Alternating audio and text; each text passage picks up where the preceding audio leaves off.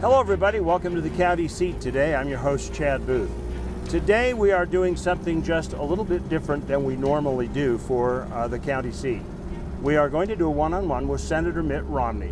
But because of his busy schedule out in rural Utah, we had to do it on the go. So, thinking in terms of Jerry Seinfeld, we decided we would do a little roaming with Romney in a Rambler. And we picked a 1957 Metropolitan by Rambler, which is owned by the Hale Center Theater, and by the way, it's for sale. We'll find out what the relevance of this car actually is when we meet with the senator. So let's stop right now and get inside and join the senator for our conversation. Hey there. Senator Romney, how are you? Good. How are you doing, Chad? Good. It's good to see you today. How's the food? Yeah, it's delicious. I'll tell you, best biscuits around. Fantastic. Well, you know, this. Well, first off, welcome to the county seat. It's good to have you back again as a senator. Yeah. And I would like to actually just start by asking you a couple of questions about how's it going. I mean, 7 months. You've been to Washington as a governor, and you've been to Washington for the Olympics, but how's it different living there? Well, a couple of surprises. One is people are a lot more friendly and collegial than I expected, even across the aisle. I mean, I expected that within our own caucus. But as you go across the aisle with the Democrats, we disagree vehemently on issues, but people are very, very nice. Bernie's a little prickly, but other than that, everybody's very, very nice. We do things socially from time to time with folks across the aisle, and that's one difference. Another is that people are concerned about a number of issues and work together on things.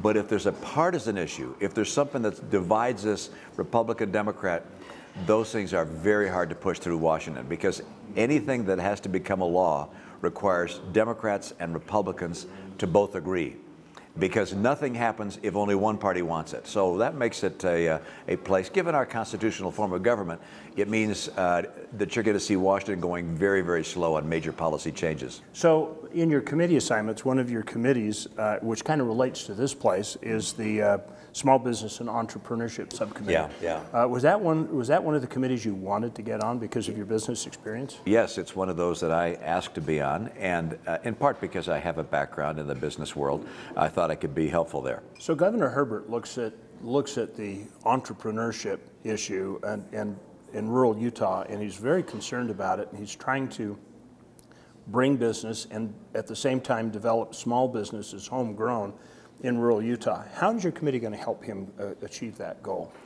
Well, some legislation which was passed before I got there makes a difference, and I think it will be adjusted to become more effective. It creates these enterprise zones where there are places across the state, particularly in the rural parts of our state, where businesses and owners of businesses get a huge tax break from capital gains taxes or ordinary income taxes if they invest in one of these communities and keep their investment there for 10 years or longer. So this is not a quick come in and take off. This is, hey, come in, build a business, and you're not going to have to pay capital gains on the success of that business, assuming it is a success. That's one of the most important things that one can do. And then our committee is also responsible for overseeing the Small Business Administration, which provides financing and loans to entrepreneurs that want to get a business going and can't get traditional financing from venture capitalists or banks. So this organization provides guarantees to loans that go to small businesses, focused in areas like our rural communities that are facing right now, in some cases, some real difficult circumstances. Yeah, there are a few of Utah's counties that just have not seen the economic boom. So yeah, absolutely. Well, I don't want to interrupt your breakfast too much, because we've got to get on the road. I know you've got a lot of things. I eat every day, but I only see you, Chad, once every 6 months. So hey, priorities. I'm also very anxious to show you the car. Oh, good. We decided to do the show a little bit like Jerry Seinfeld, and so we've dubbed it Roaming with Romney in a Rambler. This is not comedians in cars getting coffee? No, is that right? It's Chad and Mitt. Excellent adventure. Okay. Exactly. But it'll give us a chance to talk about some of the land issues that affect rural Utah. So we're going to take a break right now. We'll be back with Senator Romney. Let him finish his breakfast. When we come back, we'll be on the road.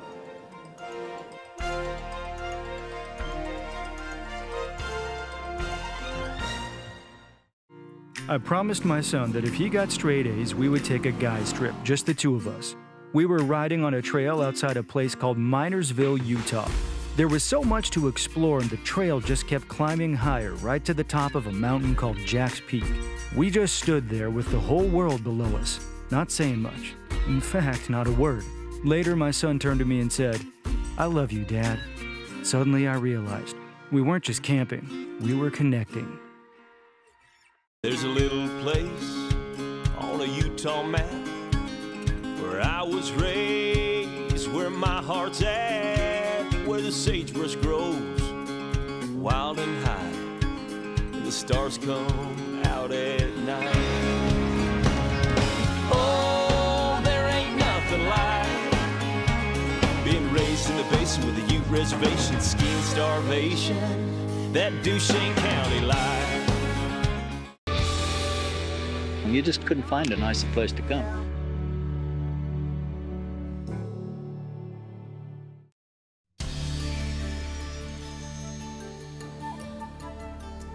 Welcome back to the county seat, our day with Senator Romney as he makes his way to some town hall meetings. What did you think of the Biscuit Company? Look, this is a great place for breakfast, and I understand that there can be an hour and a half wait on some mornings. Friday, Saturday, Sunday mornings, this place is open, and people come from all over the state. This is our ride today. Yeah. So, an American Motors Metropolitan. Did you ever have one of these, or did you guys have Nashes growing up? We all had Nashes because my dad was with the Nash Kelvinator Company, which became American Motors. And this was a vehicle that was produced in England by Austin. And American Motors, or Nash, brought it into the U.S. and sold it. And they sold quite a few of these things. It's a cute little car. It has a little 4-cylinder engine, gets about 30, 35 miles per gallon. Come on in.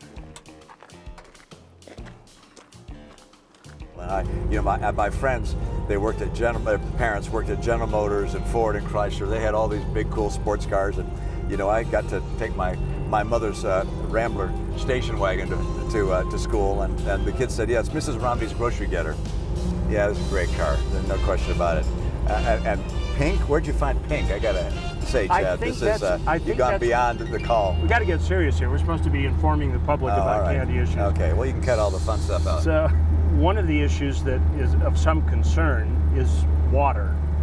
And like right now, eastern Utah there's a second lawsuit in like 2 decades by the Ute tribe suing over water issues from the waters collected by the Central Utah Project. Yeah. That was filed last year. Have you been able, in your time as a senator, to deal with some of these water issues? We have with regards to the Navajo Nation, for instance. In southern Utah, there are about 5,000 Navajo residents, and they've got water issues, but they also have a lot of water rights. And about half the homes there do not have running water in the Navajo Nation. And so we've worked out an agreement between ourselves and the Navajo Nation to say, look, we're going to provide some $200 million to you to be able to get water, running water, to the homes of the people in the Navajo Nation. And in exchange, you're going to give the state and the federal government the rights to the water that we believe that we need. And so the deal's been worked out. The Navajo Nation is in favor of it. We've taken it to the Senate Committee on Natural Resources. They've agreed to it. We're now only waiting to get it approved on the Senate floor, but it looks like that will go through. So I'm hoping what we're going to see with the Ute tribe as well is some kind of compromise that can provide some of the things that the Ute Nation needs, at the same time some of the water resources that are needed by the people in eastern Utah. On the issue of public lands and Navajo Nation,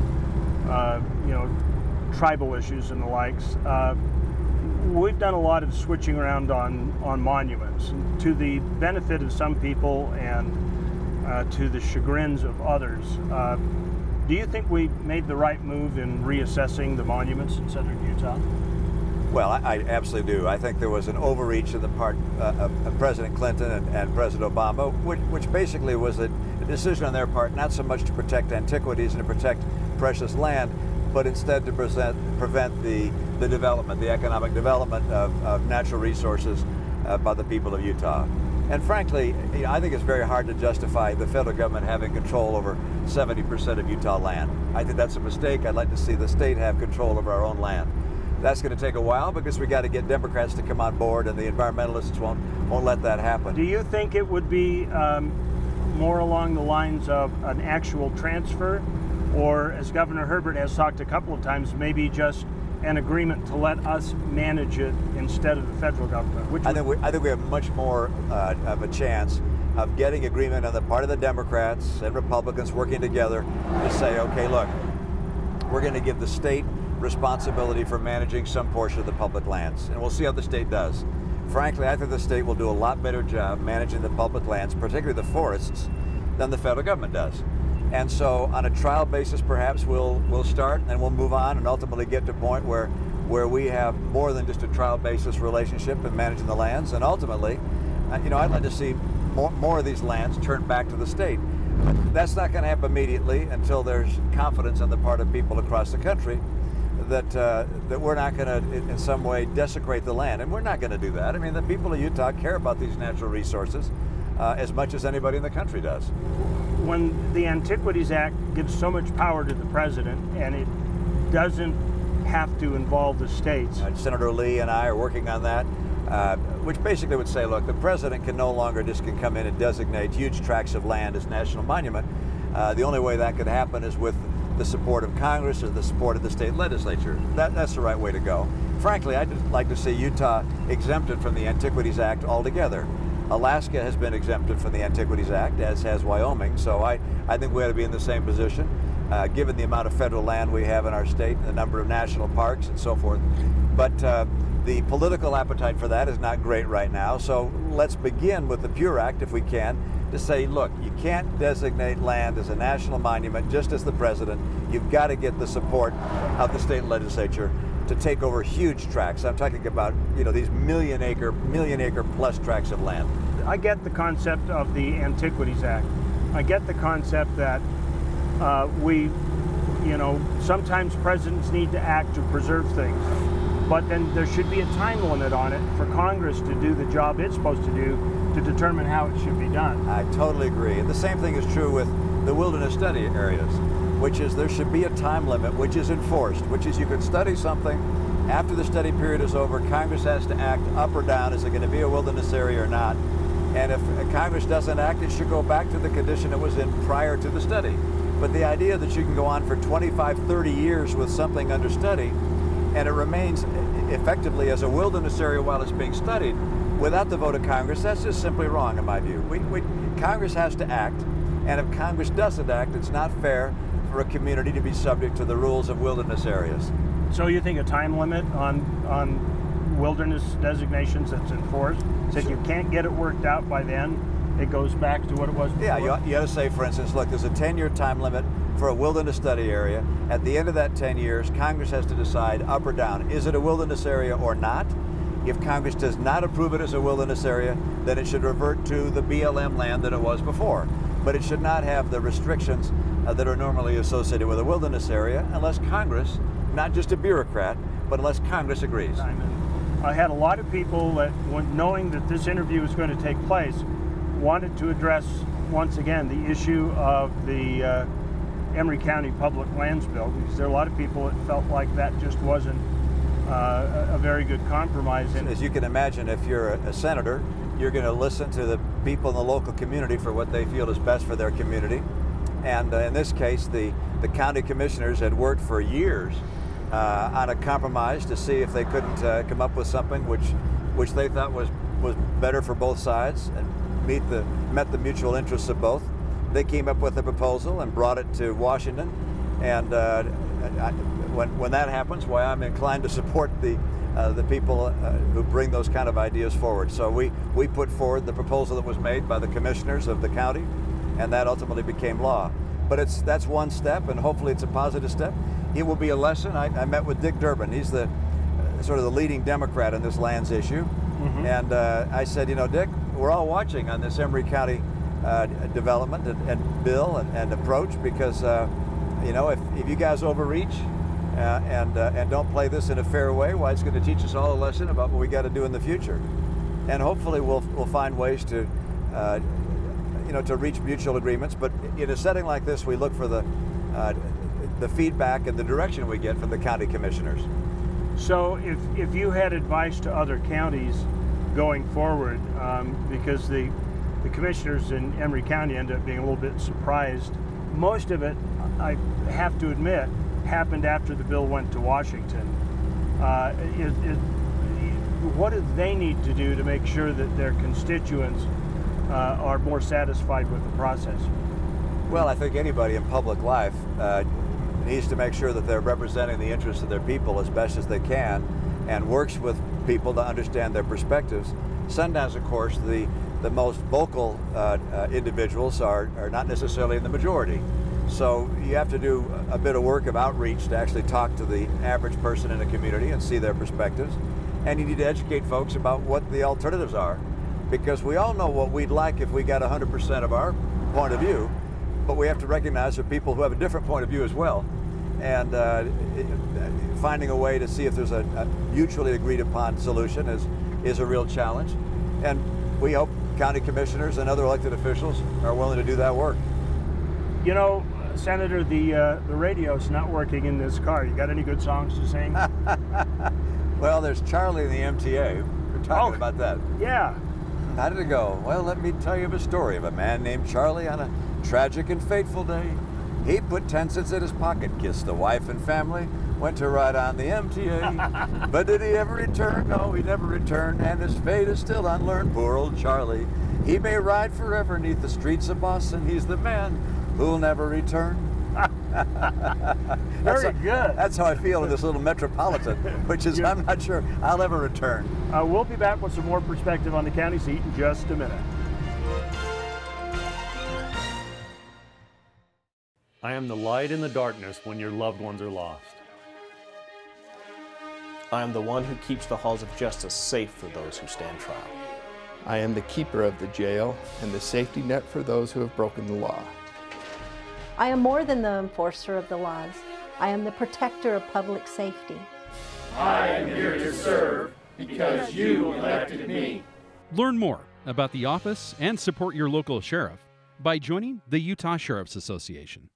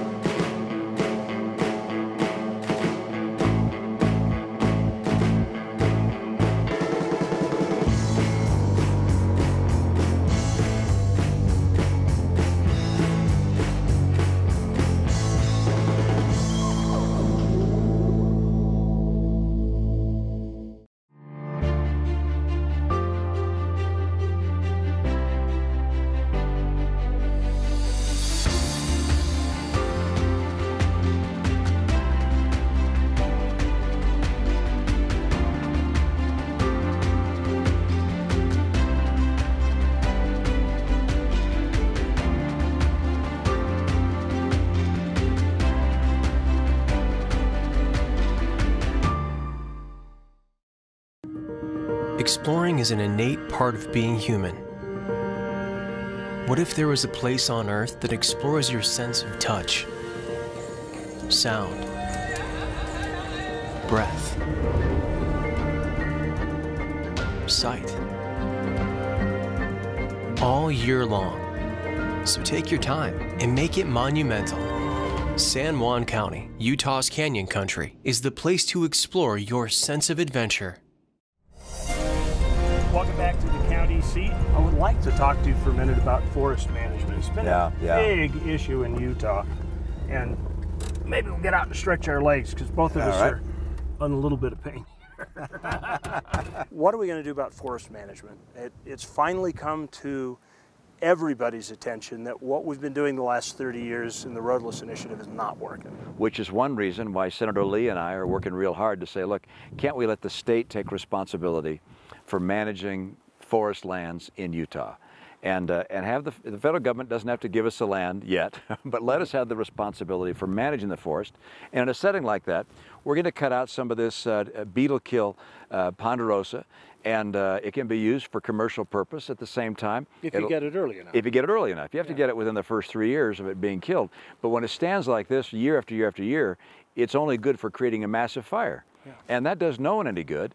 These forest fires not only endanger property and power lines and so forth, but they endanger our wildlife, and they endanger down the road. They create a runoff of water that goes into our streams, our water. I mean, it makes no sense. And I think we got to get the environmental community to recognize we're in favor of a good environment, and that includes managing the forest, not just letting it run out of control. Secretary Perdue is willing to try and find a way to do this, but then an administration changes and flip. We're right back where we were before. Don't we need to really try and legislate an answer to this? Yeah, what I'd like to see happen is actually the transfer of the management of the forests here to the state of Utah, away from the federal government.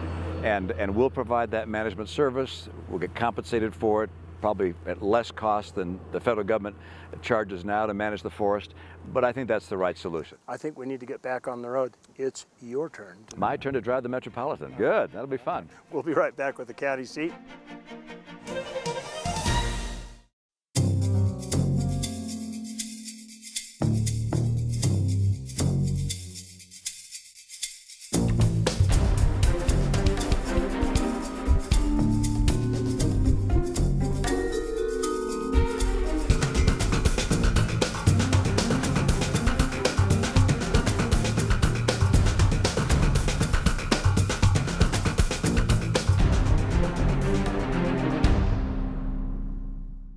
I've been in Cache Valley for 20 years or so. My two partners are homegrown Cache Valley natives. And so we started the company here because this was home. We like it here. The mountains are near, the weather's not so bad, and the people here are great, and we have a good base of employees to draw on. We recruit engineers out of Utah State University. They're tickled that they have an opportunity to make an engineering wage and stay here in Cache Valley. We're a contract design and manufacturing firm. We serve the medical device industry, primarily the area of orthopedics. We do implants, instruments, that sort of stuff. We've taken advantage of the Rural Fast Track program, and we've used it to help expand our facility. We put in an inspection room, bought a new piece of equipment, and then we've also been able to hire some more people because of it. The programs like this allow us to expand so we can hire more high salary positions. If we can pay people more money, they get to spend it in the valley, and it helps other business. So basically it really helps economic growth of the valley. When I first heard about this, I thought it was too good to be true. The more I looked into it, the more I discovered that it really is a no-brainer. If you have hopes of expanding your business, whether it's with employees or equipment or facilities, you got to look into this. You have to apply for it. The program invests in us, it invests in the valley, it invests in the community.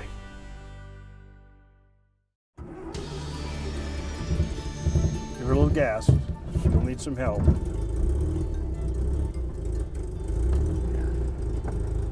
We'll wait for you. No, we think we will. Yeah. Hit your brake. Use your park brake. Yeah.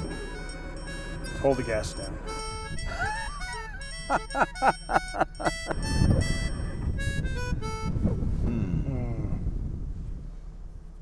Welcome back to the county seat. I'm really sorry, Senator. I shouldn't have told you to put your foot on the gas because now we flooded the motor. These are temperamental little guys. Well, you know, we're all used to fuel injection now. Yeah, I guess that's true. So while we're waiting for it to cool down, and I know your time is precious, let's just talk for a couple of minutes about a couple of important things. Maybe kind of like a lightning round. All right. Okay. You recently spoke at the Sutherland Institute in Salt Lake, and you were talking about the conservatives' need to get off their butt and deal with doing something about the debt. How big of a problem do you see that to not only Utah, but to rural Utah? It's a problem longer term for our country. It's not an immediate crisis because the world is going to keep loaning money to America. They need dollars. Our currency is the reserve currency of the world. That means other countries have to have dollars in their bank to be able to stand behind their own currencies. So we can keep on borrowing for a long time, except we're spending a lot of money on interest, about $300 billion on interest last year.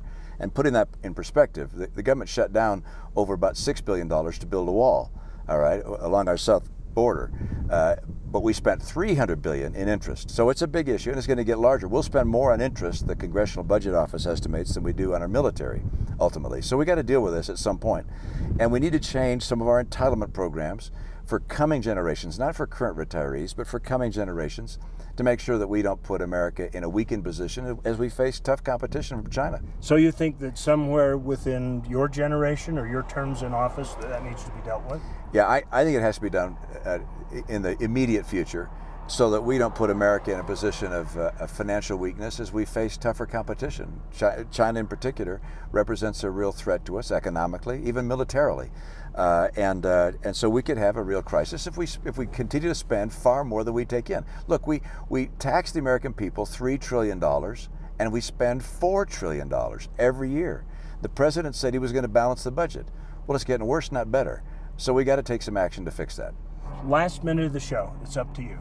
What is it that you think the constituents of Utah, the people who watch County Seat, what do they need to know that they don't? Well, I think the people that watch County Seat know everything they need to know. You flatter. You keep them up. You keep them up to date. But I think one thing that is something we all know intellectually, but sometimes we don't internalize as well as we might, which is that for anything to become law in our country requires both parties to agree, Republicans and Democrats. And so we have our principles. We're not going to stray from those principles. But we got to find policies that Democrats can agree to if we're going to create a new law. And in some cases, we don't want to create a new law. I mean, Will Rogers used to joke that he never felt safe if Congress was in session, all right? and he'd probably feel safe now because Congress doesn't get much done even when it is in session. But in part, that's what the framers had in mind, which is Congress should go slow. The process should not bounce from guardrail to guardrail with new policies coming in place depending on which party's in power. Okay, very good. Senator, thank you so much. Thanks, Chad. We've got to be on our way. He's got to be on his way. So we're going to say goodbye, and I'm going to work at getting this car started so we can at least drive it 30 or 40 feet. That's all the time we have for in the County Seat. Remember, local government is where your life happens. Be involved, be part of the solution, and we'll see you next week in our regular setting on the County Seat. Poor old Charlie, he may ride forever neath the streets of Boston. He's the man who'll never return. Boston never return, no, he'll never return. And his fate will be unlearned. He may ride, he may ride for land, but neath the streets of Boston, he's the man.